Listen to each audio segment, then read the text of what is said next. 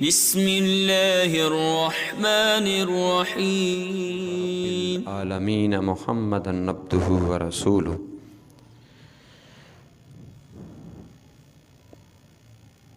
والصلاة والسلام علی سید الانبیاء والمرسلین وعلی آلہ واصحابہ اجمعین اما بعد فاعوذ باللہ من الشیطان الرجیم بسم اللہ الرحمن الرحیم سبحان الذی اسری بعبدہ صدق اللہ مولانا العظیم وصدق رسولہ النبی الکریم الامین المکین الرؤوف الرحیم ونحن علی ذالک لمن الشاہدین والشاکرین والحمد للہ رب العالمین ان اللہ وملائکتہ یصلون علی النبی یا ایہا الذین آمنوا صلوا علیہ وسلموا تسلیما۔ تمام احباب مل کر درود پاک پڑھیں۔ الصلاۃ والسلام علیک یا سیدی یا رسول اللہ وعلی آلک واصحابک یا سیدی یا حبیب اللہ۔ الصلاۃ والسلام علیک یا سیدی یا رسول اللہ وعلی آلک واصحابک یا حبیبک خیر الخلق کلہم هو الحبیب الذی ترجى شفاعته لكل حول من الاحوال مقتحم۔ یا رب بالمصطفیٰ بلغ مقاصدنا واغفر لنا ما مضى یا واسع الکرم۔ یا رب درود و سلام کا نذرانہ عرض کرنے کے بعد محترم سامعین و حاضرین کہ اس حصے کے ضمن میں رسول اللہ صلی اللہ علیہ وآلہ وسلم محبوب دو عالم کی شان ابدیت کے حوالے سے ہے کہ اللہ رب العزت نے جب اپنے پیارے محبوب نبی آخر الزماں رحمت حبیب کبریا اور اس معجزے کا جو ذکر خیر کیا سورہ بنی اسرائیل کی ابتدا میں، تو اس میں آپ صلی اللہ علیہ وآلہ وسلم کے لیے جو لفظ استعمال کیا گیا وہ نہ رسول ہے، نہ نبی کا لفظ ہے، نہ اسم محمد آپ صلی اللہ علیہ وسلم کے دیگر صفاتی ناموں میں سے کوئی نام ہے، بلکہ جس لفظ کا انتخاب کیا وہ اللہ رب العزت نے عبد کا لفظ استعمال کیا کہ فرمایا سبحان الذی اسری بعبدہ، کہ پاک ہے وہ ذات کہ جس نے سیر کروائی اپنے بندہ خاص کو۔ یوں نہیں فرمایا کہ اپنے نبی کو، اپنے رسول کو، اپنے محمد کو یا احمد کو یا دیگر ناموں میں سے کسی نام کو استعمال کرنے کی بجائے خالق و مالک نے جو لفظ استعمال کیا ہے وہ عبد کا لفظ ہے۔ اس کی کیا حکمت ہے اور رسول اللہ صلی اللہ علیہ وآلہ وسلم کی اس شان ابدیت اور مقام ابدیت کا کیا فلسفہ ہے، اس حوالے سے ہے۔ تو سب سے پہلے اللہ رب العزت نے یہ دیکھیں کہ اپنی ذات کے لیے کیا لفظ استعمال کیا۔ اس آیت میں فرمایا سبحان الذی، پاک ہے وہ ذات، الذی جو، یعنی اپنے لیے بھی اللہ پاک نے اپنا نام اللہ یا کوئی اور اپنے لیے بھی جو ضمیر استعمال کی ہے، اس میں موصول استعمال کیا ہے، وہ ہے لفظ الذی، وہ جو کہ یا وہ جس نے کہ اسرا آگے ورب آ جاتا ہے، فعل آ جاتا ہے جس نے سیر کروائی، کہ سبحان الذی پاک ہے، ایک ہے سبحان اللہ، اللہ پاک ہے، یہاں وہ نہیں ہے، یہاں ہے سبحان الذی، پاک ہے وہ ذات کہ جس نے اسرا معجزے کہ الذی یہ ہر کسی کے لیے استعمال کیا جا سکتا ہے۔ الذی کا یہ جو اسم موصول ہے، یہ انگلش میں اگر آپ جانتے ہوں تو کسی کے لیے ہو یا وچ یا دیٹ کے لفظ استعمال جو میرے قریب رہتا ہے، تو یہ جو کا معنی ہے ہو کے ذریعے سے لیا جا رہا ہے۔ ایسے ہی عربی کے اندر یہ جو کا لفظ استعمال کیا جاتا ہے وہ الذی ظاہر کرتا ہے۔ ایک کے لیے مذکر ہے تو الذی، اگر دو ہیں تو پھر اللہ ذانے استعمال ہوتا ہے، اور دو سے زیادہ ہیں تو پھر الذین استعمال کیا جاتا ہے۔ جیسے کہا جاتا ہے یا ایھا الذین آمنوا، اے وہ جو ایمان لائے، چونکہ آمنوا جو زیادہ ہیں اس لیے الذین استعمال ہوتا ہے، لیکن یہاں کیا ہے؟ واحد ہے، الذی، وہ کہ جس نے، یعنی مطلب یہ ہوا کہ یوں تو لفظ الذی جو ہے یہ ہر کسی کے لیے استعمال کیا جا سکتا ہے، اس میں عمومیت پائی جاتی ہے، کامننس پائی جاتی ہے کہ یہ عام ہے، ہر کسی کے لیے الذی کا لفظ استعمال ہو سکتا ہے۔ لیکن یہاں دیکھیں کتنی اللہ رب العزت نے اپنے ساتھ اور اپنے محبوب صلی اللہ علیہ وسلم کے ساتھ جو الفاظ استعمال کیے ہیں ان کے اندر کتنی مطابقت پائی جاتی ہے، کتنی مماثلت پائی جاتی ہے، اور کتنی کامننس پائی جا رہی ہے کہ اپنے لیے جو لفظ استعمال کیا ہے وہ بھی کامن ہے، عام ہے، کہ جو ہر کسی کے لیے استعمال کیا جاتا ہے الذی، اور اپنے محبوب کے لیے جو لفظ استعمال کیا ہے وہ ہے عبدہ، بے عبدہ، عبد، اب عبد کا لفظ جو ہے یہ ہر بندے کے لیے استعمال کیا جاتا ہے، جو بھی بندہ ہے، جو بھی غلام ہے، چونکہ اللہ تعالیٰ کی مخلوق میں سارے ہی اللہ ہی کے پیدا کردہ ہیں، لیکن چاہے وہ جس طبقے سے تعلق رکھنے والا ہے وہ اس کے اوپر عبد کا لفظ بولا جا سکتا ہے۔ جس طرح سے اللہ رب العزت نے اپنے لیے الذی کا استعمال کیا ہے کہ وہ عام ہے، ہر کسی کے لیے استعمال ہو سکتا ہے، اپنے محبوب کے لیے بھی جو لفظ ہے وہ عبد استعمال کیا ہے جو ہر کسی کے لیے استعمال کیا جا سکتا ہے۔ ایک تو یہ مناسبت ہو گئی۔ پھر دوسری یہ کہ جیسے الذی تو یوں تو سارے کے سارے الذی کے زمرے میں آتے ہیں، موجود ہیں، جو موجود نہیں ہیں سارے کے سارے ان کے لیے الذی استعمال کیا جا سکتا ہے۔ تو الذی تو سب کے سب ہیں، لیکن اللہ رب العزت ایک الذی وہ ہے کہ جو ہر قسم کے نقص اور عیب سے پاک ہے۔ سبحان الذی، یعنی الذی کو جو خاص کرنے والی چیز ہے وہ سبحان کا کلمہ ہے، کہ یوں تو الذی ہر ایک انسان کے لیے استعمال، ہر فرد کے لیے استعمال کیا جا سکتا ہے، لیکن سبحان کے ساتھ جب الذی جوڑ لیا گیا تو پھر اس کا مطلب یہ ہے کہ ہر کوئی الذی ہے تو صحیح، لیکن اس الذی کا مقابلہ نہیں کر سکتا کہ جو ہر نقص سے پاک ہے، جو ہر کمزوری سے پاک ہے، جو ہر عیب سے پاک ہے، جو ہر کمی سے پاک ہے، جس کی طرف کوئی بھی نسبت ایسی نہیں کی جا سکتی کہ جو شان کے اندر کمی کرنے والی ہو، بلکہ وہ الذی ایسا مقام ہے، ایسا درجہ ہے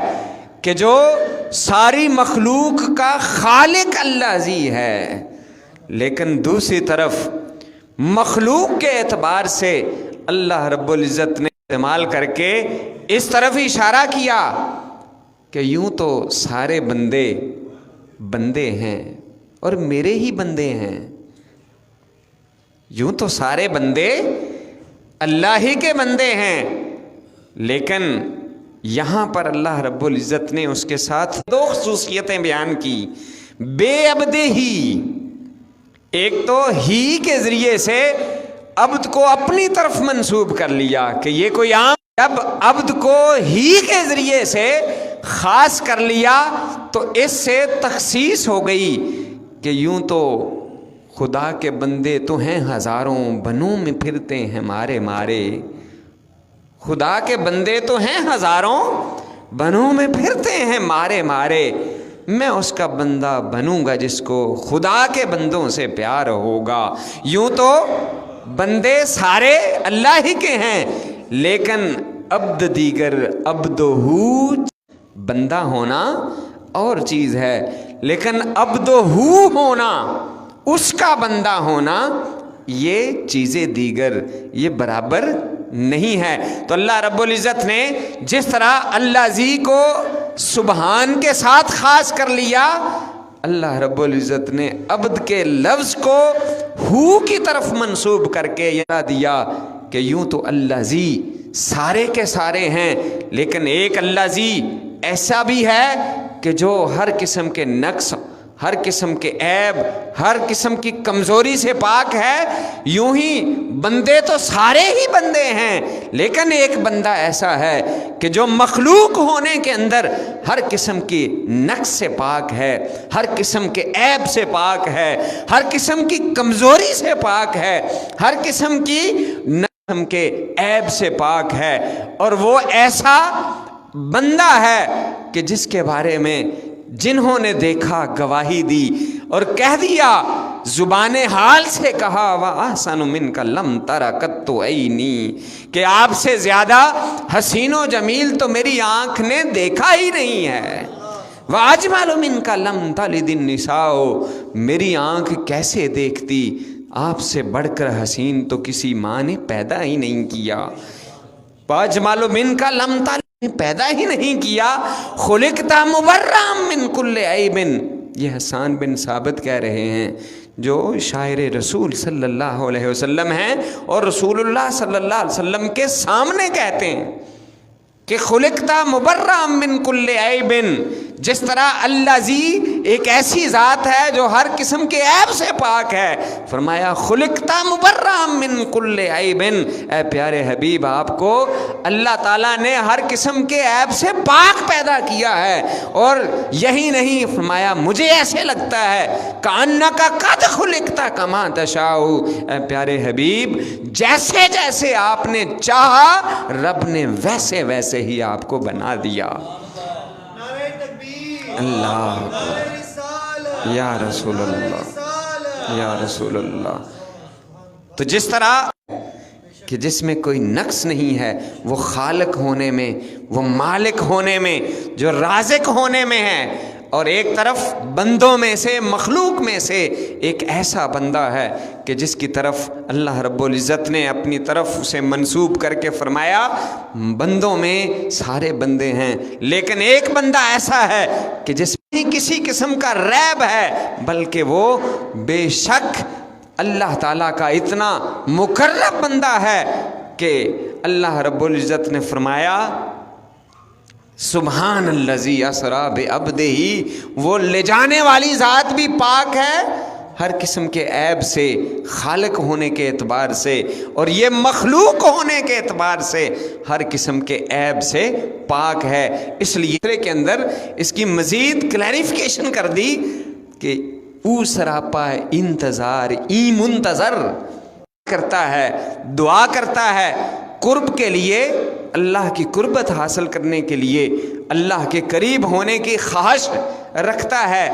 او سراپا انتظار کرتا ہے کہ کب میری باری آتی ہے اور کب میری فریاد سنی جاتی ہے۔ حضرت موسیٰ علیہ السلام نے جس طرح سے اللہ تعالیٰ سے التجا کی تھی، رب آرینی میں دیکھ کرنا پڑتا ہے، کئی سال انتظار کرنا پڑتا ہے، اور پھر معراج کی رات ان کی وہ خواہش پوری ہو جاتی ہے۔ او سراپا انتظار، وہ انتظار کے اندر سراپا انتظار بنے ہوئے ہیں، اپنی ساری زندگی بھی انتظار کے اندر گزار دی۔ لیکن منتظر کا مطلب ہے جس کا انتظار کیا جا رہا ہو، یعنی ادھر اشتیاق ہے کہ نبی پاک صلی اللہ علیہ وآلہ وسلم آرام فرما رہے ہیں، سو رہے ہیں، اور ادھر سے جبریل کے ذریعے سے بلاوا آ جاتا ہے۔ یہ ہے وہ سراپا انتظار، وہ تو انتظار کر رہے ہیں اور ادھر منتظر ہیں۔ بندے تو وہ بھی ہیں، بلکہ وہ بھی جلیل القدر پیغمبر ہیں، اللہ رب العزت کے